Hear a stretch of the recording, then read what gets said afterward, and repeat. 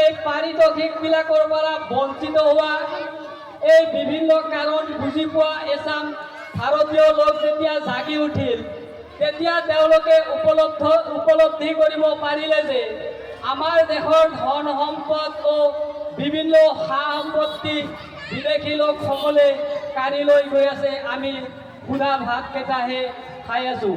গতিকে এই সংগ্ৰাম নকৰিলে গোটেই ভাৰতবৰ্ষখন এটা সময়ত বিদেশীৰ তলৰ পৰা আমি নিজে কাঢ়ি আনিব নোৱাৰিম।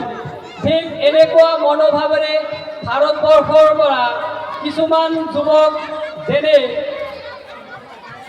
জাতিৰ পিতা মহাত্মা গান্ধী, প্ৰথম প্ৰধানমন্ত্ৰী জৱাহৰলাল নেহৰু, চৰ্দাৰ বল্লভভাই পেটেল আদিকে ধৰি নেতাজী সুভাষ চন্দ্ৰ বসু, যাক আজাদ হিন্দ বুলি কোৱা হয়, নেতা বুলি কোৱা হয়, তেওঁলোকৰ বিভিন্ন পৰিশ্ৰম, ত্যাগ, বন্দুকৰ গুলি আৰু যাৱজ্জীৱন কাৰাদণ্ড এনেকুৱা বিশেষ কিছুমান গুৰুত্বপূৰ্ণ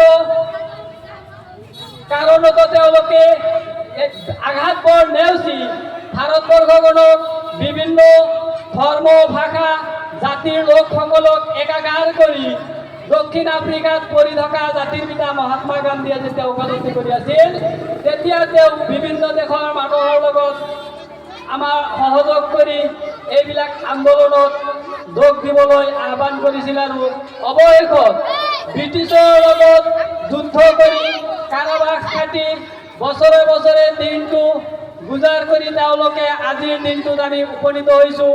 গতিকে আজিৰ দিনটোত এই উপনীত হোৱাৰ যিখিনি পৰিশ্ৰম, ত্যাগ আৰু তেজ বোৱাই গৈছে, তেওঁলোকক আমি উপলব্ধি কৰাটো প্ৰত্যেকজন ভাৰতীয়ৰ কৰ্তব্য। গতিকে নাগৰিক হিচাপে আমি দেশক আগুৱাই নিবলৈ হ'লে ভাৰতবৰ্ষৰ অখণ্ডতা, ধৰ্ম, বিভিন্ন ভাষা ভাষীৰ লোকৰ মাজত কি কৰিব লাগিব? সমিল মিলেৰে গোটেই দেশখনক একতাৰ বান্ধেৰে বান্ধি আমি একেখন সমাজ বনাবলৈ আমি যত্নৱান হ'ব লাগিব।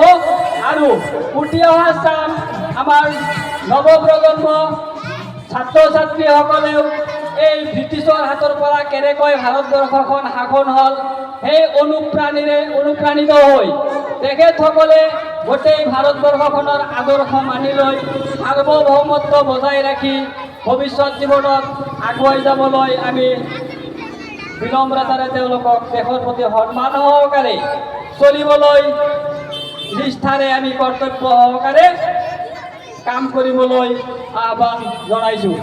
বিশেষ নকৈ আজিৰ এই সংক্ষিপ্ত বক্তব্যখিনি মই এতিয়ালৈ সামৰিছোঁ। ধন্যবাদ। জয় হিন্দ।